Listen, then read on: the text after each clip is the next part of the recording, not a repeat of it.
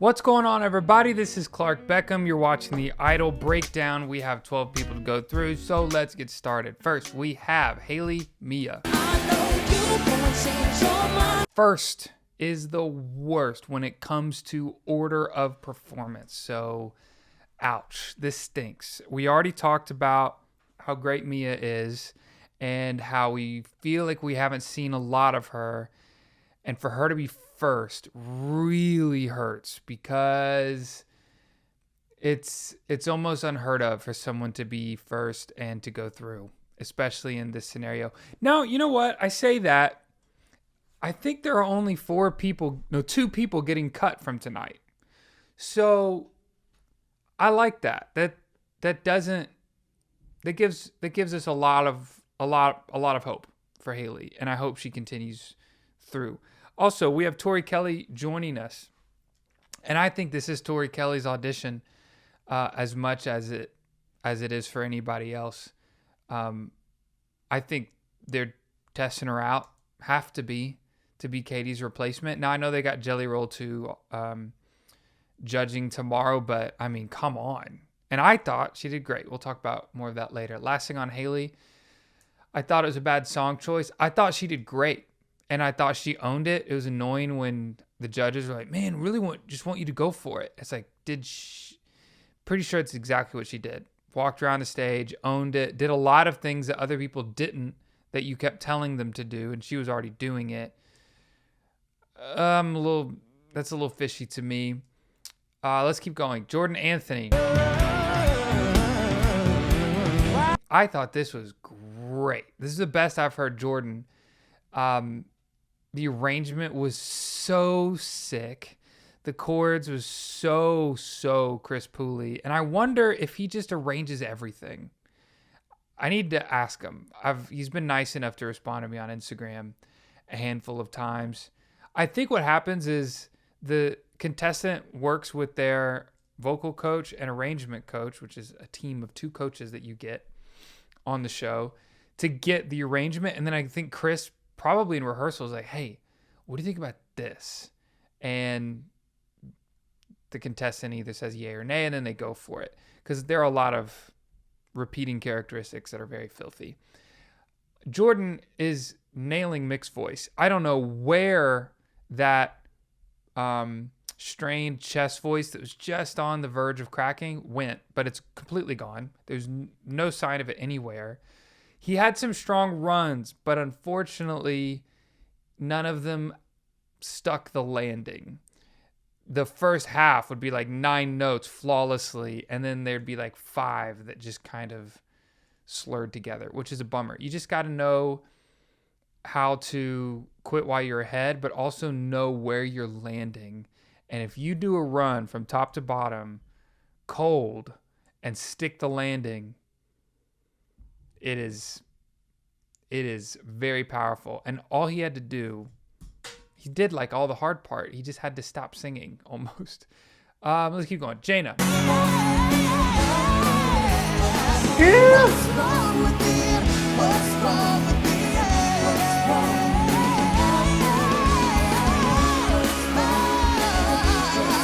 Oh.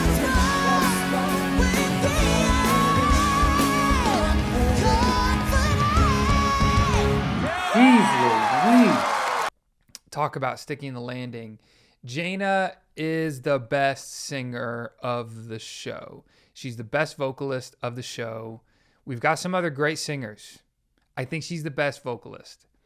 Quintavious is really making it hard for me to say that definitively. But I think she does. I think she does take it. Her rasp was introduced to us this show, which I love. Maybe she's done it before, but this is where I noticed it the most. What makes Jaina so different is her execution rate is 100 out of 100. She is batting 1,000. Every single time she performs, I can't imagine it being any better than it was. Really fantastic when it comes to execution. I really hope America falls in love with her. We haven't had a ton of off-stage things to fall in love with. Now, we haven't had anything to not fall in love with, but a lot of other contestants have deep emotional connections and things happening that they talk about that is going to register with the heart of America. And I've always said, America, people will be more motivated to vote for who they love and cherish than who they think sounds good. Now, sounding good is a great way to be loved and cherished, but if you sound really good and have some emotional connection to the audience, some potential empathy for America to have toward you, or feeling like they know you deeper, like on a deep level, that is the strongest magnetic force to attract votes. And I'm worried about that side of her. So we'll see what happens. I can't imagine her going home. If it is, this season's in trouble. Julia. The best part of Julia's showing tonight was the marriage piece. Her song was great. Her performance was great. When she talked about getting engaged and she talked about her fiance and showed the clip, I'm telling you, that's the stuff that's going to make America fall in love with her, me included, and be motivated to vote for her, because you really get a sense of her personality. And then, of course, this wonderful thing called marriage and love, and you're going to connect with her. Something that Katie said, she said that she needs to iron out her vibrato in that low range. I see what she's saying. I am fine with it. I think it's dramatic. That like big, almost Marvin Sapp tone. I'm into it. I think she's got great register control, which is a term I have not used this season. And registered choices. So you either sing in chest voice, which is what we talk in, falsetto, which is like this, or mixed voice, which is like a big, strong, clean, belting note. It's just as important to know which register to choose to sing from as it is how you actually sound in that register. She is a master at this craft, bringing that deep chest tone and then just flipping right up to falsetto where it doesn't feel like there's a chasm in between. She just seamlessly goes right into it and we don't even know what happened. Beautiful falsetto. It's great that she's showing that strength every single time she performs. Last note was really strong. There's something classic about her voice that I'm really into. This mic is slowly dropping. Okay, that's better. Oh my gosh, I haven't even looked at how many subscribers we got since I asked last video to subscribe just to see what happened. I asked for 80,000, maybe. Let's see what we have. Yep, didn't work so well. So we got 368 subscribers, which is 368 more than I had, which is amazing. Let's see if we can get that number to 79,000. I feel good about that number. By this time next week, 79,000, and I will do something. I don't know what. Maybe you guys can choose. Let's do that. You guys comment what you would like to happen at 79,000 subscribers of this channel, and I'll make it happen. I'll look at the most liked thing. So go for it. Just use your imagination. The more you like this video, the better it helps me, the better it helps this channel get more views and more eyeballs. I think what we've built here together is something really special, and I would love for more people to see it. Best way to do that for YouTube to think, hey, this video's dope, is to get a lot of people that actually push the like button instead of just watch it. And subscribe. Keiko. Okay. In the pre-performance package, he breaks all of our hearts. And we are falling deep, head over heels in love with him. I've already fallen in love with him. I love him as a contestant. I'm so happy that he's in the top 24. Talks about dedicating this song to his late mother, who has passed a couple years ago. And when you've had someone pass really close to you, a couple years ago feels like a couple days ago. So this is still very fresh. And I am so looking forward to this song. And the performance,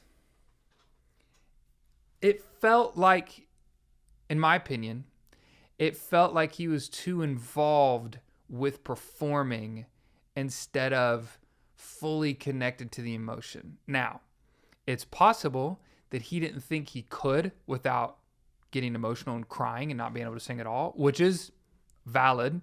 Sometimes, I mean, I've sung at funerals before where I've had to let go of my right to feel anything and just turn it off just so I can get through the song so everybody else can feel. And maybe that's exactly what happened, which I get. The problem is vocally, he wasn't connecting on a lot of these notes. Now, it's really hard to sing hype and then sing high falsetto on TV. It's really hard. Live, there's I say room noise, but they're outside. There's noise that you're hearing outside, and the way that the voice hits you out of the speakers in that live environment is different than the way it hits you through the TV speakers. It's much more revealing and not forgiving at all. And I think that really was a pain point in this performance. If I would have felt his emotional connection the whole time and he'd have been missing notes, wouldn't really cared, because the mission has been accomplished of making us weep, and that would have happened in that moment. Another thing that I think was keeping us from feeling the emotion was, I don't know, the mini bar that was supposed to be the keyboard, the bamboo and flowers. That was so weird. That was a big fail. I get it. Like, you want to dress it up, make it look cool, great. But the two songs that had the piano in it, both of those songs were emotional and not bamboo flowery vibes. That was a fail. I guess Keiko, this song, it was just too hype and performance rocky. And I wanted to just have like a piano ballad and weep. Like, I was ready to reach for the tissues. And he also kept smiling, which threw me off.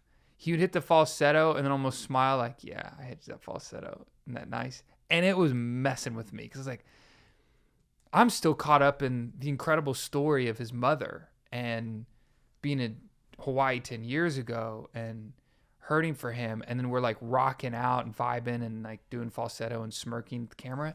It's throwing me off a bit. In the watch party, one of the Groove Crew members said, Thomas Evans specifically said, that the whole thing was a mixed message. It was a mini bar piano jamming out and up tempo with this sad song, and I think that is a really good way to put it. Naya. I thought her first verse was lovely when it was down and emotional. Was super into that. It got up and I kind of just lost my passion for it. I just don't have much to say here. She's a monster singer. And actually, I found out that we've met and we know each other. We went to the same college. And she's friends with one of my best friends. And that was fun. Blake Prohl. Are the only one I'll ever love.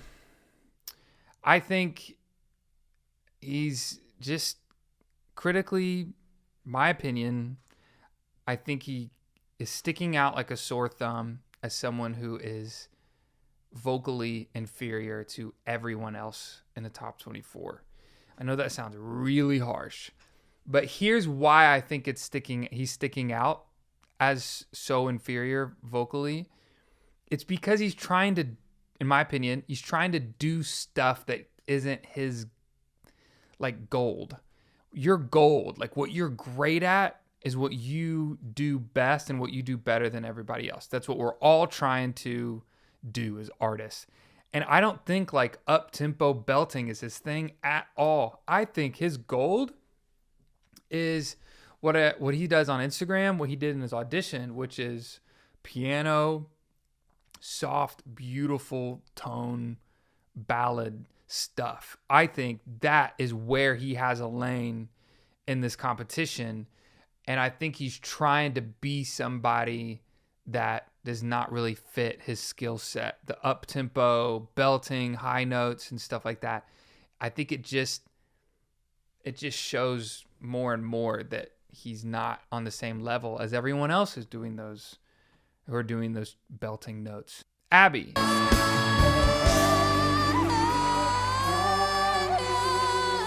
All right.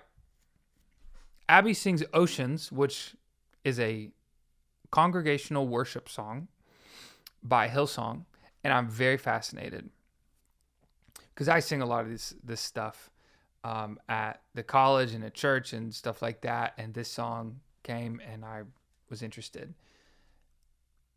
Once again, we have the piano with bamboo and flowers for this dramatic, emotional, spiritual ballad. Awkward. I thought the acapella ending was sick.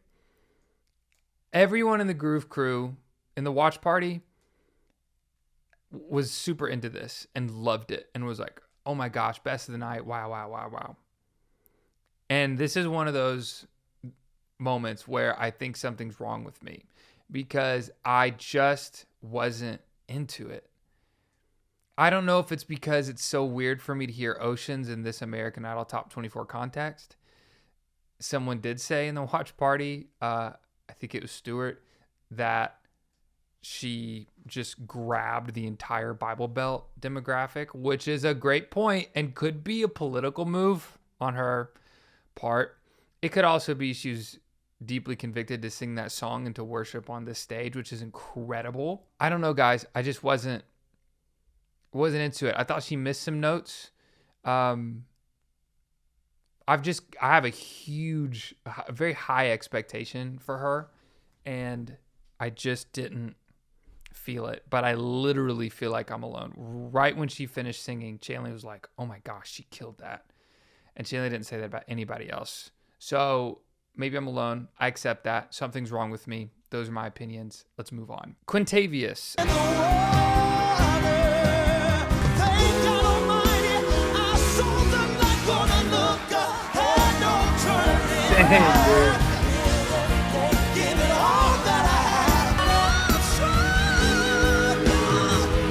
Yes, sir. Oh, I think he picked the right song. This is impressive. And Tori said this too. When you have a judge or a mentor or someone telling you what you should do and you just can't quite agree with it fully, you have to always do what you feel is right. Take the suggestion to heart. That's your responsibility. Weigh that suggestion fairly with what you have already thought of doing, and then decide which one is best, objectively, as much as you can. And I think that's exactly what he did, because holy cow, that was dynamite. Best vocal performance of the season. I think he just edges Jaina on the night, but I think that's the best vocal performance that we've had from anyone in the whole season. Picked his notes great, executed great, didn't miss a single thing, took it to church, but it was natural. It didn't feel like a church thing. It felt natural in the song and organic, and was fantastic. If you are thinking of auditioning for American Idol, I have lessons specifically for you to give you the best shot of making it. I've got a couple students that have done this. I've done this with. Chase Beckham was one of them, and he won, so that's pretty cool. He was, to be fair, he had already made it on the show, and he wanted to have a lesson to really talk through the nitty-gritty of it and see what he needs to be prepared for, which I happily did. And then he won the whole thing. So if you want to win American Idol, that's a little hyperbole perhaps, but I'm doing lessons again. They are one-on-one on Zoom. They're 30 minutes long. Email beckhamlessons@gmail.com if you want to connect with me before you audition, or if you just want to perform really well at whatever is coming up. There's so many things that are fixable just like that. I say them all the time in these videos for these contestants that I'd love to work with myself in these little moments, because there's such easy fixable things. I'd love to help you with that as well. KB. I love KB. I thought she was choking the notes a little bit to add some extra rasp. I think she was putting on, if rasp is like a sauce, I think she drowned the song in too much sauce. I'm a sauce guy. I love sauce. I love rasp. But it was like everything had it. And it didn't feel authentic to me. The rasp is like an emotional tool. You put it when you're really just like giving it and something's really hitting you. But if everything's raspy, it kind of loses its flair. I did think it was a half step too low, which makes me think that she didn't pick Tori's suggested key, that she picked her own, which again, you always go with what you think is best. Always, always, always, always. I just disagree with what she thought was best. She's always really nervous, and we always see that, and it's endearing, but it can be a problem, and it needs to get handled for her sake. You got to have that, give me the mic, I'm about to rip this stage apart. You got to have that mentality, that killer mentality. It's going to give you so much more peace as a performer and confidence. And when she gets the mic, it really seems like that's her mentality. But she's putting herself through a ton of stress before, doubting and getting really nervous. I'm only seeing what they show us. I'm not there. I don't really know how she's preparing, but it seems that nerves are a major issue, which again are endearing, but it'd be better if they were gone for her sake. We've got Will Mosley. So I guess I remain. I've been pretty tough on Will. I have. I thought he killed it. I thought this is the best we've heard him sing. And I still hold my position of he does what he does well, but it's not a rare talent, in my opinion. He sings this perfectly. Perfect execution. And it says a lot that it was Luke's favorite. Some Groove Crew members in the watch party were like, I can't believe that was a top 3. Like, no way that was favorite. Favorite and best are not synonymous. They are not synonymous. You can have a favorite singer, and likely they're not the best singer ever. There's so much more than just raw vocal talent when it comes to being a successful artist and a successful storyteller through the art of music. And Will is checking a lot of those boxes. And he's reminding us, perhaps, that it isn't just about the voice. And don't get me wrong, he has a great voice. But the personality and what he brings to the table in the performance is starting to shine through. I think America's going to fall in love with him. We'll see how the voting goes. Lastly, we have McKenna,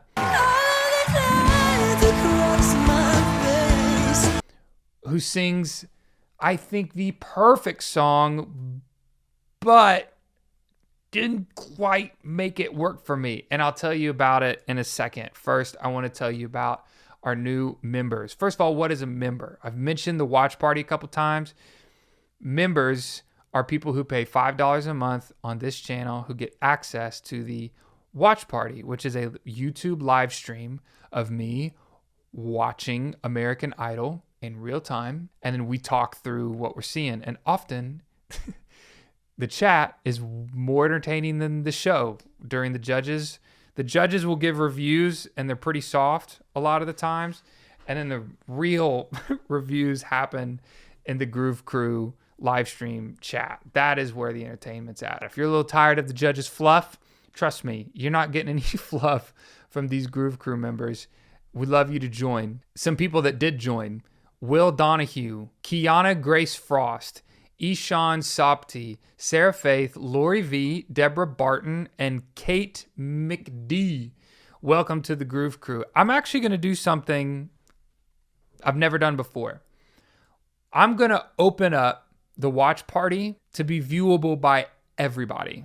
So you do not have to be a member to watch the live stream watch party. I just want to show you what it is. You do have to be a member to participate in the chat, But if you want to check out the live stream watch party, come on board. Our arms are wide open. We're going to open it up to everybody. I say tonight. Yeah, tonight, because you're watching this. This is great. So right after this video is going to be the live Q&A, and then right after the live Q&A is going to be the live stream watch party. So when you guys turn on the show tonight, I'll be here live streaming and we can just watch it together and you can kind of get an idea of what it is like to be a Groove Crew member. Let's talk about McKenna. When she said that she was singing this song, I was so excited. I thought this was the perfect song. Her voice was perfect for it. She started off, she had to change the melody a little bit because that song goes very, very low. And even McKenna, with the low voice that she has, wasn't able to give us that original melody, which is so beautiful and effective. Especially with the contrast of the low notes and then so many stories. Da, da, da. That high random falsetto that comes. We didn't really get that so much. And then for me, when the band comes in and it's like da da da da, almost like a Coldplay song, I die inside. It's like everything just, all the emotion and the dynamics and the feel, the connection is completely severed for me. I might be the only one because a lot of people in the watch party really loved it. Chanley loved it. And there were some things to love about it, but it did not reach my expectation. And to be fair, my expectation was incredibly high when I heard that she was singing this song. One of the greatest songs, in my opinion, ever written. And I really wanted to just hear her emote that and maybe just soft band stuff or a dynamic arrangement behind her, but chugging along and jamming and dun dun ga dun dun dun ga dun dun dun ga.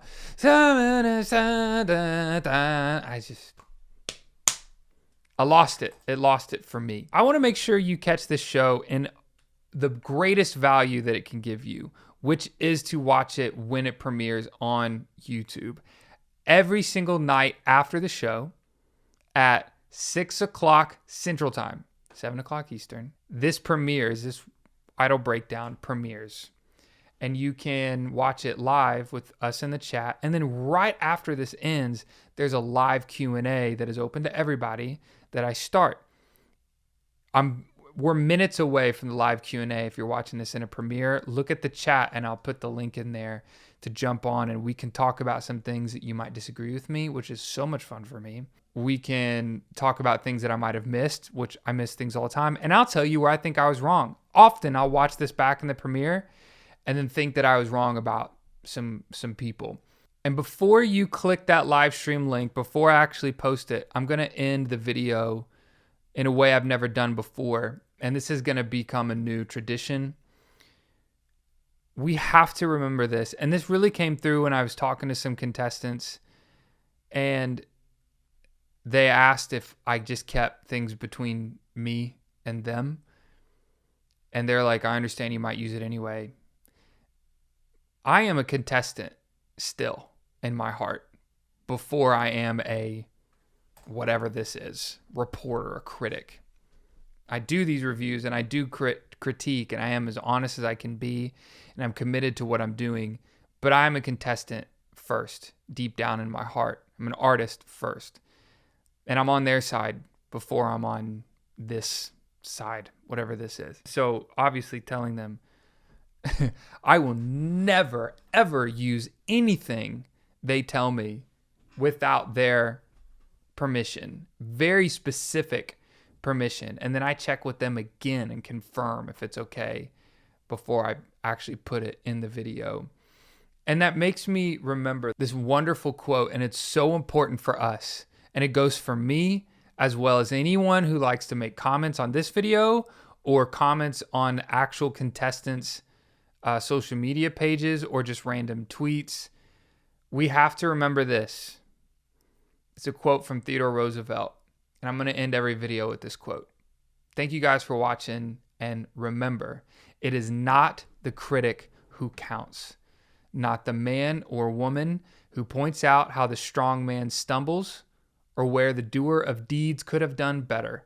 The credit belongs to the man or woman who is actually in the arena, whose face is marred by dust and sweat and blood, who strives valiantly, who errs and comes up short again and again, because there is no effort without error or shortcoming, but who knows the great enthusiasms, the great devotions, who spends himself in a worthy cause, who, at the best, knows in the end the triumph of high achievement, and who, at the worst, if he or she fails, at least they fail while daring greatly, so that their place shall never be with those cold and timid souls who never knew neither victory nor defeat.